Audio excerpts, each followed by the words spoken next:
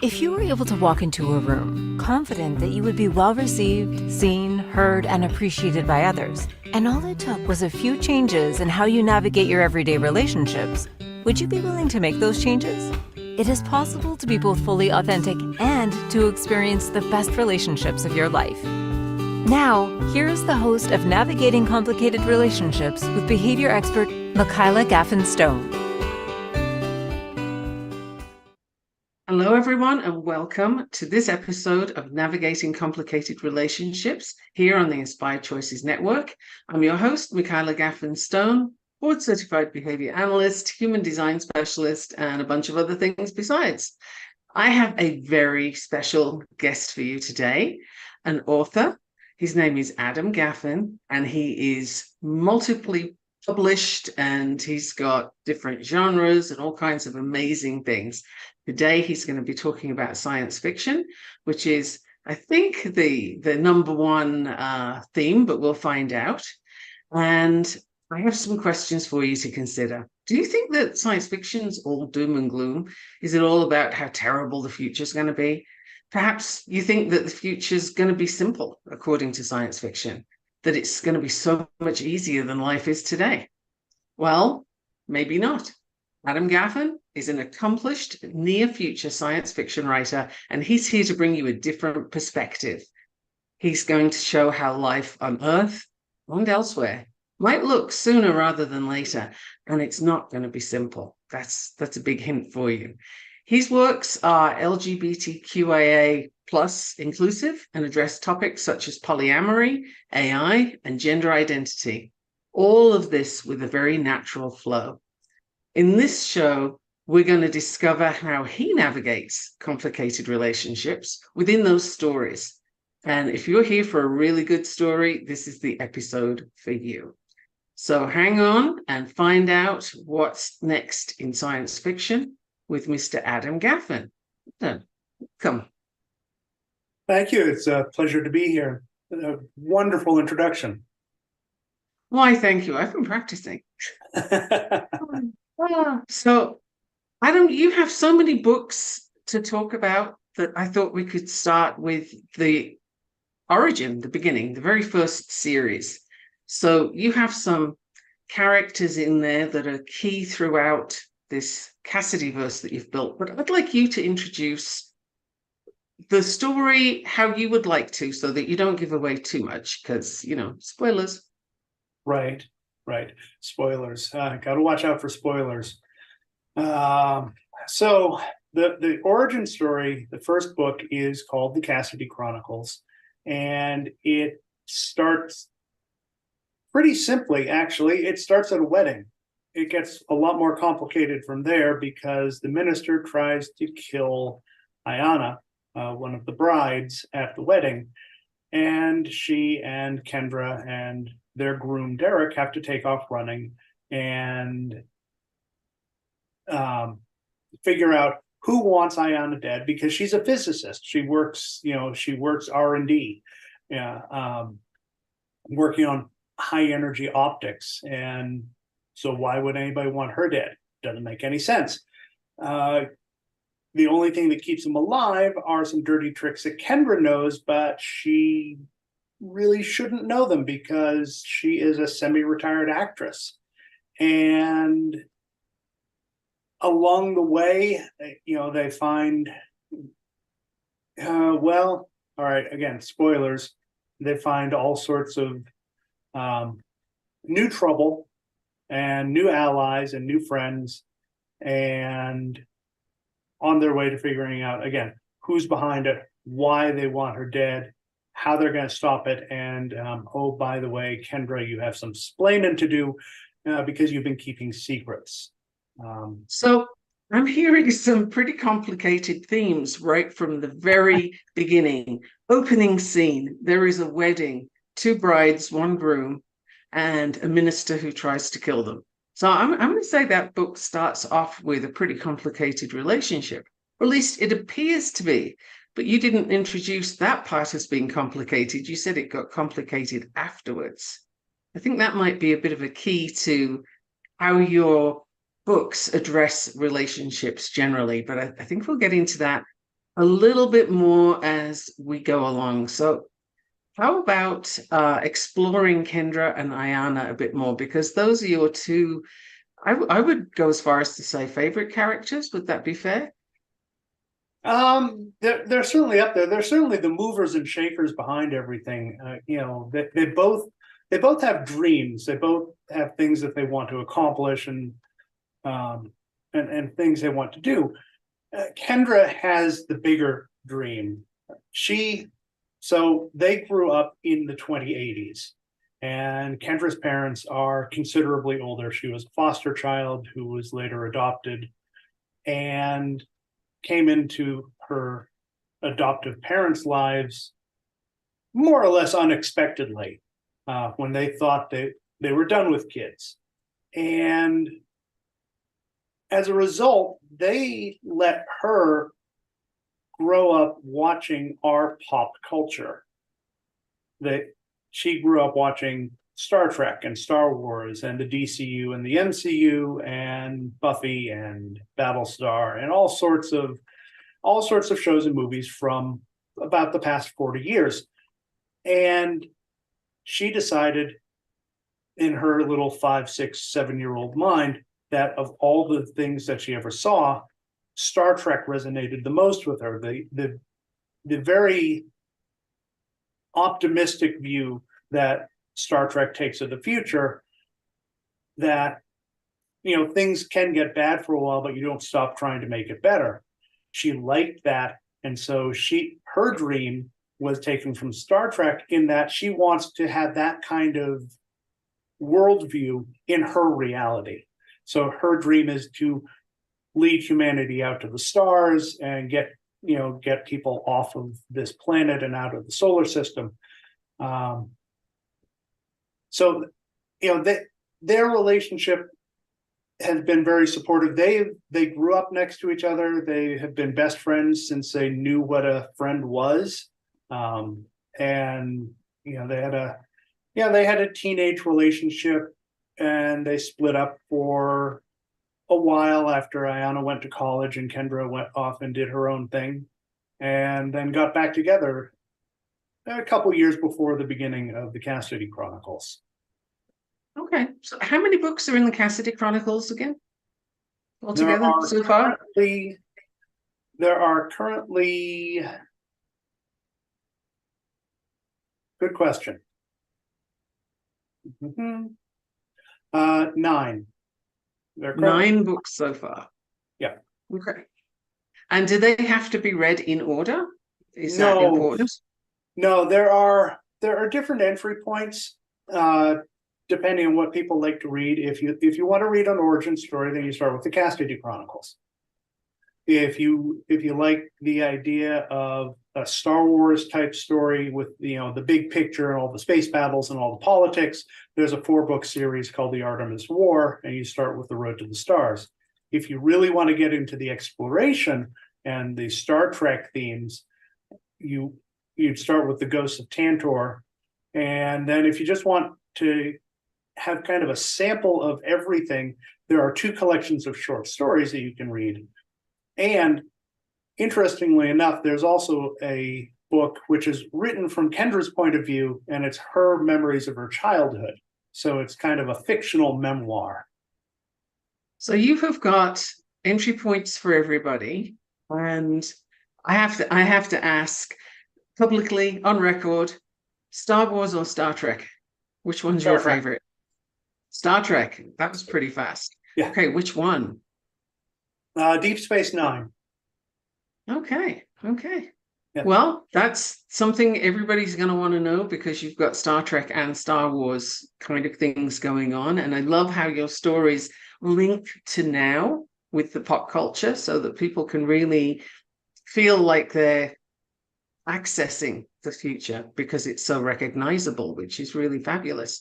But tell us some more about how the stories of Kendra and Ayana develop into some sort of, I'm going to say complicated ways, but how they navigate those complications as they go through the first 2 or 3 books, for example. So in the origin story, Kendra has been hiding a huge side of her life.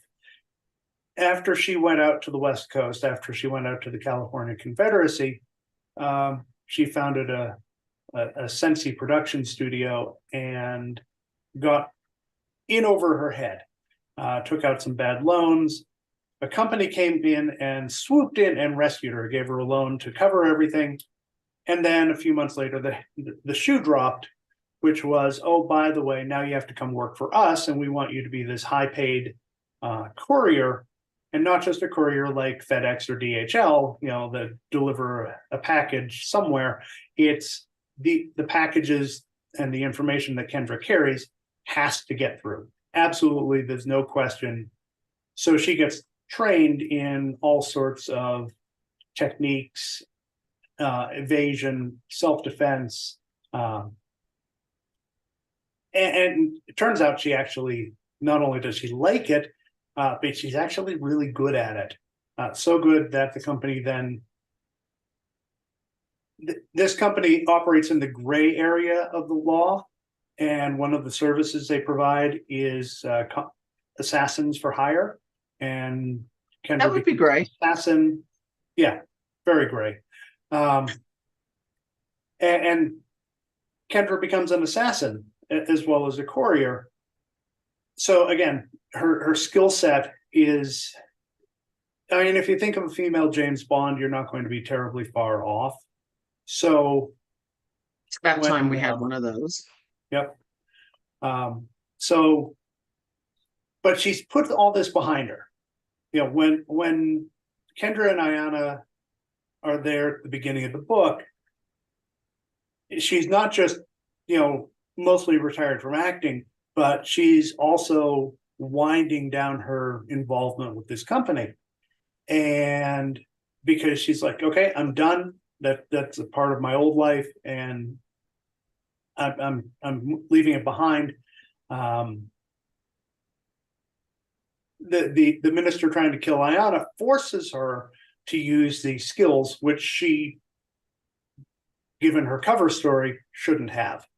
And so that leads to some very interesting discussions and explanations as they're trying to figure out what's going on, because Ayanna's finding out that the person that she was about to marry isn't quite the person she was about to marry. Which would be, in fact, excuse me, that would in fact be complicated. Very. So how do you, actually, I only have a couple of minutes to ask you this, but how do you figure out what your next move is, how you're going to develop that plot line? Like, how do you know what you're going to do ahead of time, or do you know as it comes out of the typewriter, the computer? God, how old am I? Anyway, yes. Basically, Kendra is, for those books, for especially the first 5 books that were written, Kendra was telling me what happened. It wasn't so much that I knew what was going on. With the 4-book series, I had an idea where I wanted it to end. Had no idea how it was going to get there. Had no idea how Kendra was going to get out of the various situations she was in. And that continues. I still don't know. I'm currently working on the next book, which is called Tracking Tantor. And again, I know where I want it to end. And with what I'm doing with this is I'm putting the characters into situations and finding out what happens. I love that. That's kind of like real life right now. Put people in situations and see what happens. And sometimes what you think you're going to do in a certain situation isn't actually what you end up doing in that certain situation. And that's a journey of discovery in itself. Now, we have a break coming up, so please don't go away, anybody, including my guest, Adam Gaffen. Don't go anywhere. Stay right here. We have a lot more to find out about your books, your process, and the relationships in those books, because I know there's a lot of complex things that you address in a very natural way. And I want to know more about that. And we'll talk about that after the break. So stay tuned. You are listening to Navigating Complicated Relationships with Michaela Gaffen Stone and my guest Adam Gaffen here on the Inspired Choices Network. Do not go away. See you in a minute. What if your relationships could be a source of delight instead of a source of struggle? In a world where human interactions are anything but straightforward, tuning in to Navigating Complicated Relationships with behavior expert Michaela Gaffen Stone will offer you insights, tools, and a whole new level of understanding for you to use right now. Listen for Navigating Complicated Relationships with Michaela Gaffen Stone, Wednesdays at 12 p.m. Eastern, 11 a.m. Central, 10 a.m. Mountain, 9 a.m. Pacific on InspiredChoicesNetwork.com.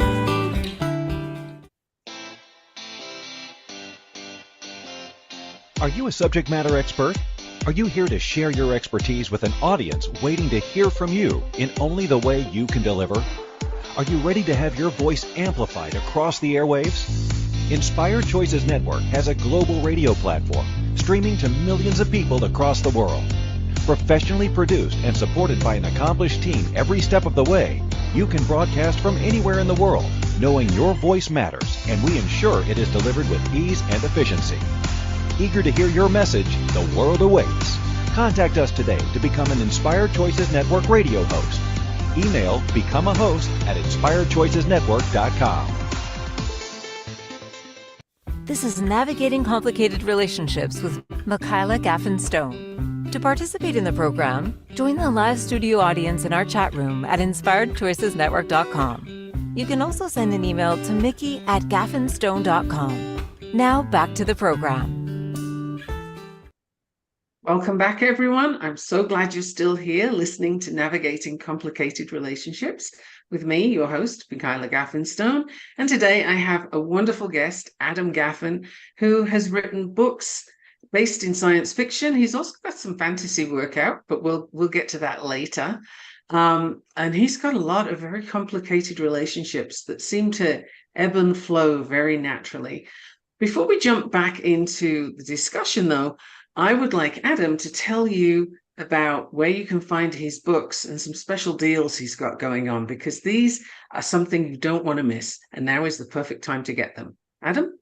Absolutely. Right now, if you go to my website, which is CassidyChronicles.com, you can pick up any of my Cassidy books for $2.99 or less. There are a couple which are free right now. Permanently free, so you can grab any of them, download them. And the beauty about buying them straight from the author is that you're actually buying the book. The book will always be yours. You're not buying a license to read it that can be revoked at any time. So you get to keep it. So all the books are $2.99 or less right now at CassidyChronicles.com/store. You can also read the blog and read my interviews with other authors. All sorts of good stuff on there. Wonderful. And, free books. Like, come on, people, you got to get yourself some free books. What else are you going to be doing at Thanksgiving, right? You need to be reading some stuff. So tell us about some of the family dynamics that happen in these books, because I don't want to pull out too many spoilers from you. You have books for people to read, but there are some interesting family dynamics there. And I know there's a character who everybody's going to love to hate, known as the Primus, and her relationship with her family. Tell us a little bit about that. So the Primus, Vasilia Newling, she is the leader, the unofficial leader of the Artemis colony, which is the lunar colony, which is broken away. She's also the unofficial leader of the Solarian Union, which is the 4 colonies in the solar system all banded together, again, when they broke away from Earth's control. And, well, nobody could ever prove that she killed her parents to get the Primus ship. But nobody could disprove it either. Her half-brother, the very first time you meet the Primus. She's having her half brother thrown onto the surface of the moon without a suit. So she's not warm and fuzzy then, huh? She is not warm and fuzzy. She is absolutely ruthless in not just gaining power, but holding on to it. It is the be all and end all of her reality. If she doesn't have power, there's no point. So everything she does is to hold and expand her base. And I would love to do a whole parenting thing on how she got to be like that, but that's definitely for another day. And there's a character that is in her environment, shall we say, by the name of Colin Dent. And he has a different kind of relationship with his family, I think. He does. So Vasilia is all about having personal power, and she will do whatever it takes to grab it, hold on to it for herself. There are 4 families that run the moon, and Newling is one of the families. So is Dent. Colin is the current head of that family, and so he does whatever he has to do in order to further the family's fortunes. So it's still not exactly warm and fuzzy. One of the things he does is he puts his cousin to death because the Primus ordered it. And he chose to do that because it advanced the cause of the family as a whole. It improved the standing of the family in the Primus's eyes, which, is important. When she casually orders people to get thrown out of airlocks, you want to be on her good side. I guess they would. So that's 2. It sounds like they're both very ruthless, but one is ruthless for the betterment of the family, and the other one is all about herself. And they sort of have to navigate around each other a little bit, don't they, in the stories? They do. And I can't go into too much, again, spoilers, but Right. Dent ends up playing a very deep game through the 4-book series. He's playing a very deep game that almost pays off. Oof, close, but not quite. I don't want to pull any more spoilers out of you there. So let's leap forward to this concept of found family versus blood family, because this is something that a lot of people deal with that now, and you've also got it in the future in science fiction, where people are navigating through found family versus blood family. Can you go into that a little bit more to explain how they view these 2 things and how they intersect or don't? Sure. So it's most important to the various characters how they relate to the people around them, and whether they are blood or not. A lot of the characters choose based on the connection they have with the person. Davy Whitmore, who's from another one of the 4 families on Artemis, is a good example of that. Again, she's one of the 4 families. She is, at the beginning of the series, she is the Minister of War, a very powerful person. Her cousin is the official head of the Artemis colony. He's the president of the Artemis colony, Tom Whitmore. So, I mean, there's a blood connection there. The Primus turns on her, and she manages to evade the open airlock door, and ends up being rescued by Kendra and Ayana. And at first, she absolutely cannot stand them because they're the people that she was fighting against, Minister of War, and they indirectly personally caused her some pain. But as they go along, as they go through, and she and Kendra spend many hours talking, because Kendra is looking at her going, okay, this is a great source of information. The Minister of War, she can tell me all sorts of things. Davy realizes that they actually have more in common than she did with her blood family.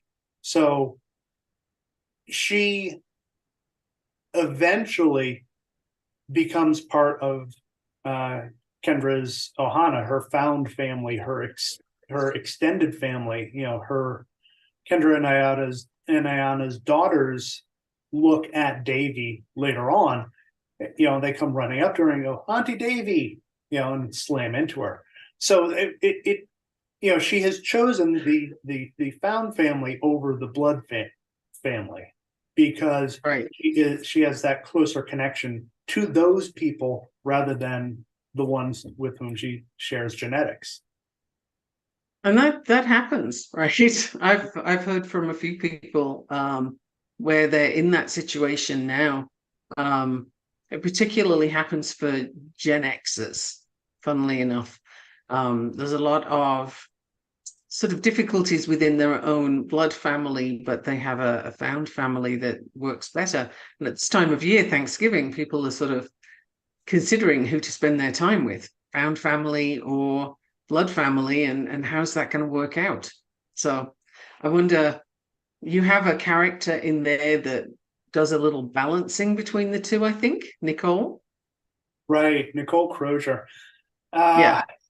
It's funny how characters who start off as very minor end up taking a large role in these books. Nicole shows up in the first book of the Artemis War as just a technician in the Ministry of War. And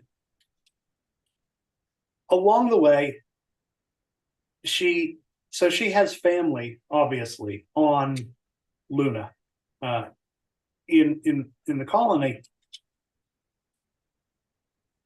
And she too runs afoul of the Primus, and she has to be extracted from Artemis. Otherwise, she's going to end up on the wrong side of the airlock door. The problem is, and she's very cold and reserved with the people who rescue her. The problem is she left her blood family behind. And so even though she finds herself in sympathy with Kendra and her cause, she can't latch on. She can't make the leap to saying, okay, yes, I'm with you, until Kendra and others make the effort and pull Nicole's family out of Artemis. Very much, it was an unconscious parallel, but looking back on it, it's very much the Soviet defector heading to the U.S., leaving the family behind, and then the U.S. going in and getting the family out as well, for the benefit of the defector. At which point Nicole thaws and accepts the, okay, yeah, I'm here, and this is good, and all right, I'm with you. Because Right. now her found family and her blood family are both, relatively speaking, safe. And Well, I would imagine it's easier to focus on what you need to do if you're not spending time worried about people who are not in safety. And I think there's people today that can recognize that as a problem too. We have another break coming up. And after the break, I want to get into discussions about polyamory and other unusual configurations of relationships that show up in your books. because sometimes it's a little unexpected. And that's not a bad thing, but I'd like to explore it a little bit. So everybody that's listening, please don't go away. We have some fascinating stuff coming up. Even more, these books are truly navigating complicated relationships. So stay tuned, whatever your favorite platform is. We're right here on the Inspired Choices Network. Don't go away. What if your relationships could be a source of delight instead of a source of struggle? In a world where human interactions are anything but straightforward, tuning in to Navigating Complicated Relationships with behavior expert Michaela Gaffen Stone will offer you insights, tools, and a whole new level of understanding for you to use right now. Listen for Navigating Complicated Relationships with Michaela Gaffen Stone, Wednesdays at 12 p.m. Eastern, 11 a.m. Central, 10 a.m. Mountain, 9 a.m. Pacific on InspiredChoicesNetwork.com.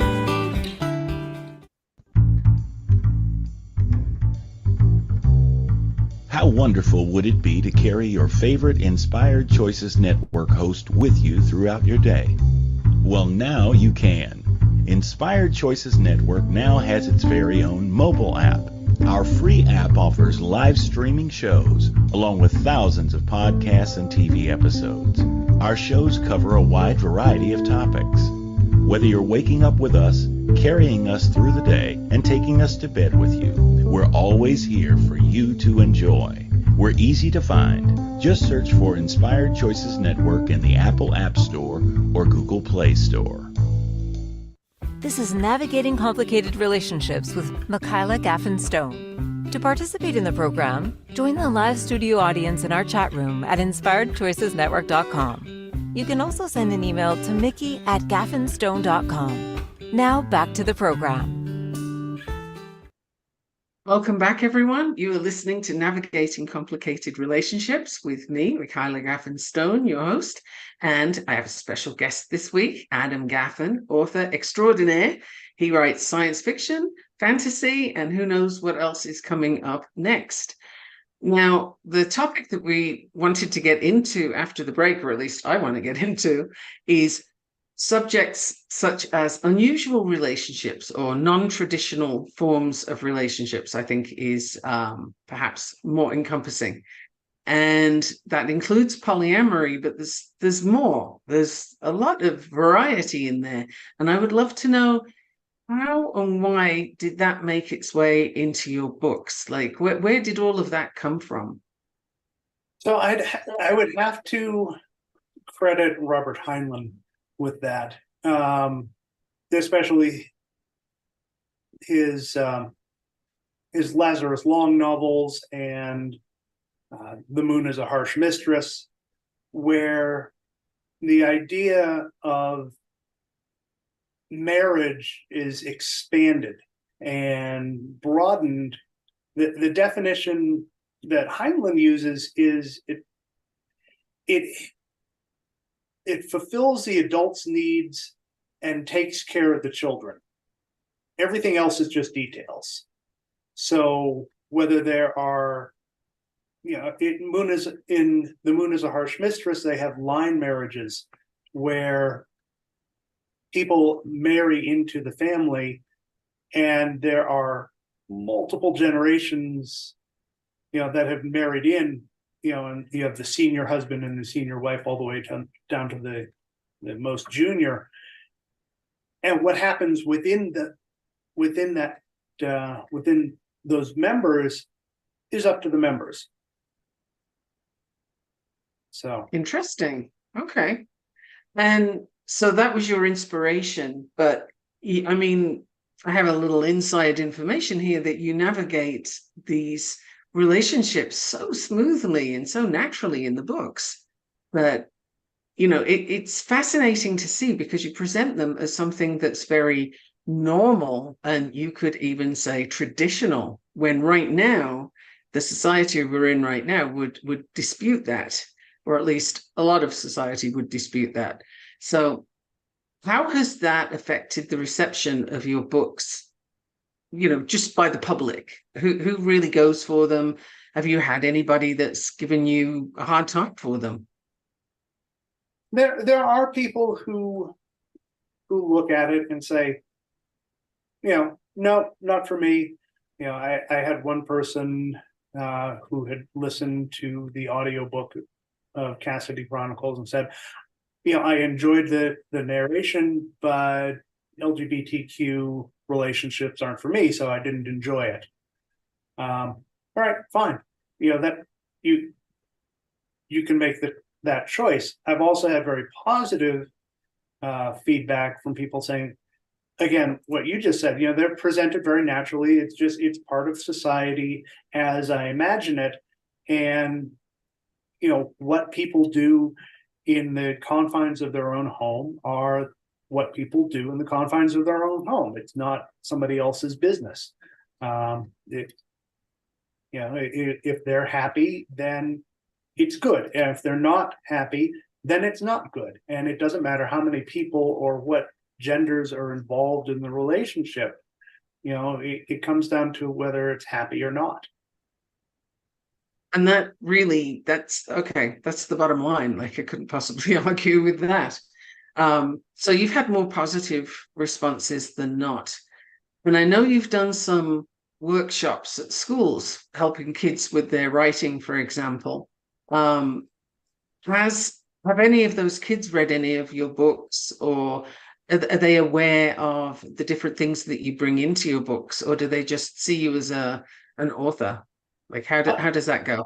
So the workshop I did in September for the local literary festival was with middle grade kids, and they're just about the young limit, I would say, for getting the concepts I put forward in the Cassidy Chronicles. So we'll see if any of them, they all got a free copy of the book. And we'll see if, where they are with that. That would be interesting feedback. Yeah. Yeah. And one of my favorite things that Kendra Cassidy says when she's Admiral, sorry, I can't speak. She has a quote or a quotable saying, "If I don't ask, you can't say yes." Now, personally, I really like that. But where does that come from? How does that feature? And how important is it throughout the story? Because I think it informs her approach a lot. It does. So Kendra goes into this again with the dream of leading humanity out to the stars, and she's building and leading the charge to build the first starship. And things happen, and she is not prepared for these things to happen. So she's the ultimate amateur trying to do her best, trying to muddle through. And all the rules of, all the established rules of politics and negotiation, and she just ignores them. She the phrase "think outside the box." She doesn't know where the box is. So the quote actually comes up. She is on Titan, and Titan is a member of the Solarian Union. So technically, she's at war with the person that is sitting across the table from her. And she's there negotiating, trying to bring them over to her side. And the president, Kira Smith, asks her, what, you're not offering me any bribes? You're not trying to sweeten the deal. You're just, because Kendra has just laid out exactly what's going to happen, if Titan joins up. And she goes, no, I'm not going to do that, because if you need a bribe to be convinced, then I don't want you. If we're either a fit or we aren't. And that's where Kendra pulls out, the "if I don't ask you, you can't say yes." It really does apply to everything that she does, figuring that, well, if I ask, the worst that happens is they say no, and I'm no worse off than I was than when I started. But they might say yes. Might be a small chance, but they might say yes. So I think it's a great approach to Well, pretty much everything in life, really. I mean, it's very positive and it's very possible. And I love that there's so much possibility there. Sometimes, and I need to remember that for myself. So her unusual approach to politics and negotiation, I think, is something that we could use on this planet at the moment. So tell us about the journey of you as an author, like from first starting to where you are now, and things like how you handle writer's block, because that's something that people talk about. Oh, I can't write. I haven't been able to write for the last 8 weeks, or whatever it is. How do you handle those kind of things? So I just threw a lot at you. Just play with it as it comes up. So working backwards, from the writer's block, one of the reasons writer's block is not a real thing. Okay, this Okay. this is my hot take on it. Writer's block is not a real thing, because writer's block is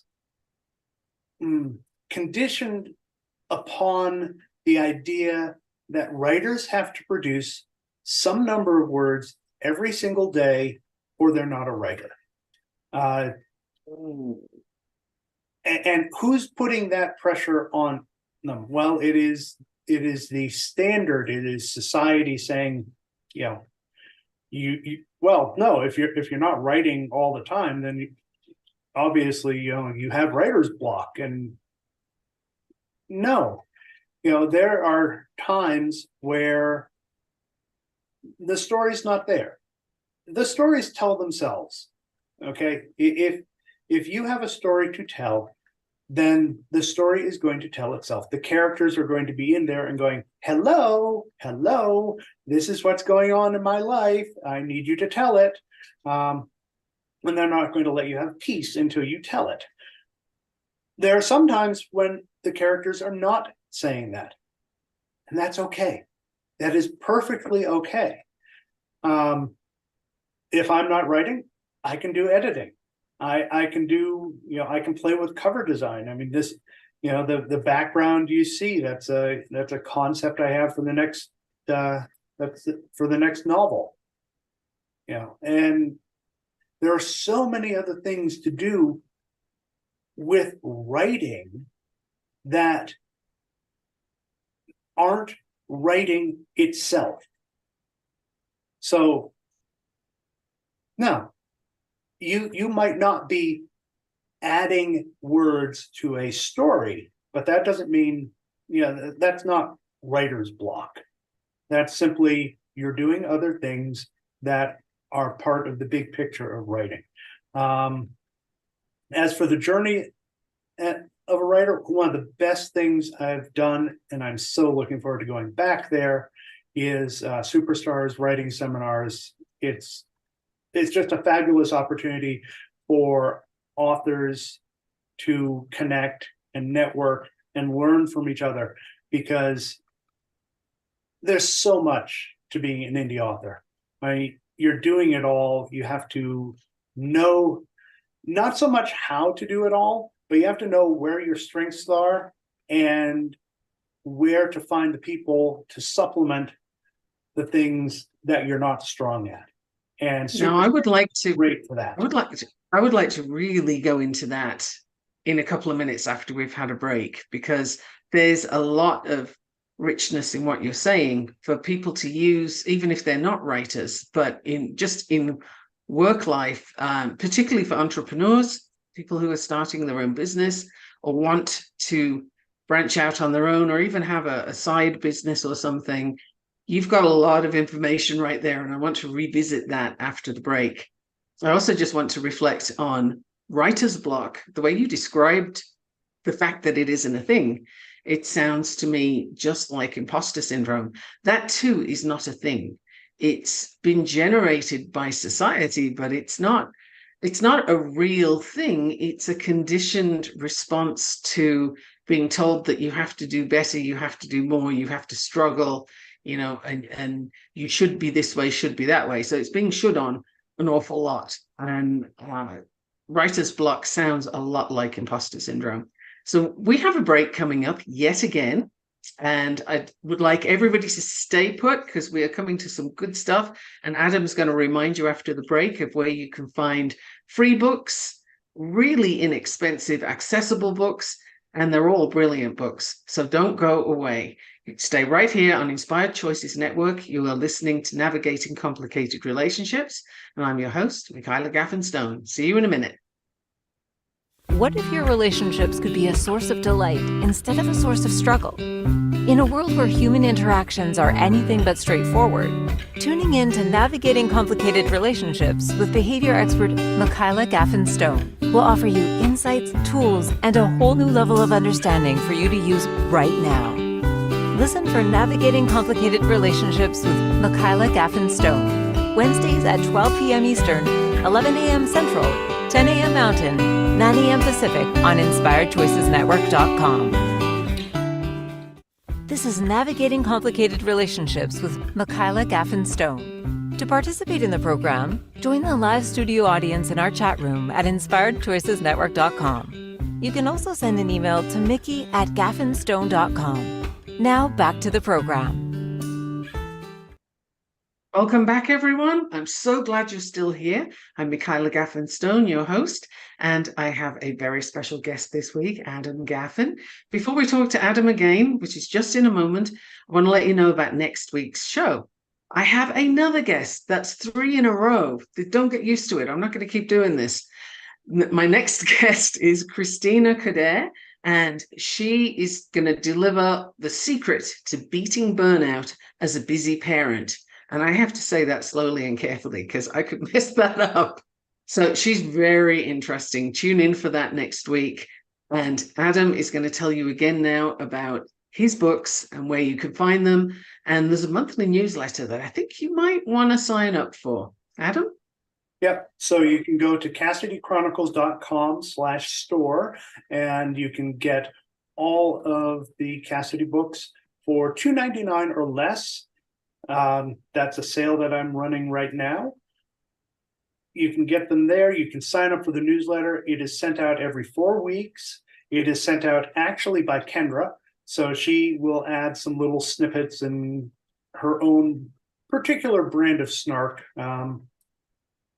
to the beginning of the newsletter. And I always include other authors in there, feature their books in it.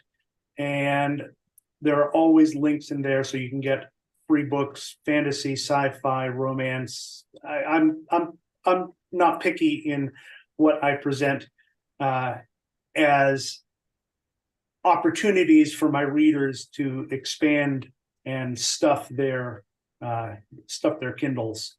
So, and it only goes out every 4 weeks. Yeah. So you're not spamming the inboxes, but you're giving lots of freebies, which I think cannot be a bad thing. I would love to jump back to the writer's block, imposter syndrome. These things are pretty much the same thing. Did you always know that writer's block wasn't real, or did you actually believe it for a while? I've always suspected it wasn't real. Simply because it carries with it. If somebody says, "Oh, I have writer's block," there's always the feeling, much like imposter syndrome, there's always the feeling that they failed in being a writer. They are currently failing at being a writer because they're not writing. I have never felt that I have failed at being a writer when I'm not writing because I'm always busy with something else. Like I said, there's editing to do, there's cover design, there's marketing, oh my goodness, there's marketing. There's always marketing. So you can do all sorts of things, and even if you're not putting new words on the page. So I've never fully believed that it was real because I never felt that I had writer's block, even if I wasn't writing. Wonderful. I love that. And I hope people listening are paying attention to this, because imposter syndrome, it kind of marches. It's a cousin, I would say, to writer's block, because with imposter syndrome, there's this fear that I don't know enough, or I don't have enough, or you're not reaching the standard. And the standard is something that some person you've never seen has set, or society is considered to have set. And you're not meeting this invisible line. And we can really beat ourselves up over that, which is kind of crazy. And yet we all do it. So that's pretty wild. I would love for you right now to jump into this fantasy thing that you've got coming up. And I know you don't want to give away too much, but that's a departure for somebody who does science fiction normally. So how did that happen? So the origin of this fantasy trilogy, which we'll be releasing next, first one comes out February 1st. That's the plan. And then March 1st, and then April 1st. The origin of that is I was invited to submit to a flash fiction anthology, a flash fiction romance anthology. And so I crafted this little story about an angel and a demon who had fallen in love. And, I tried to put too much into the story. It wasn't a particularly good story. It certainly wasn't a romance story. And so it didn't make it into the anthology.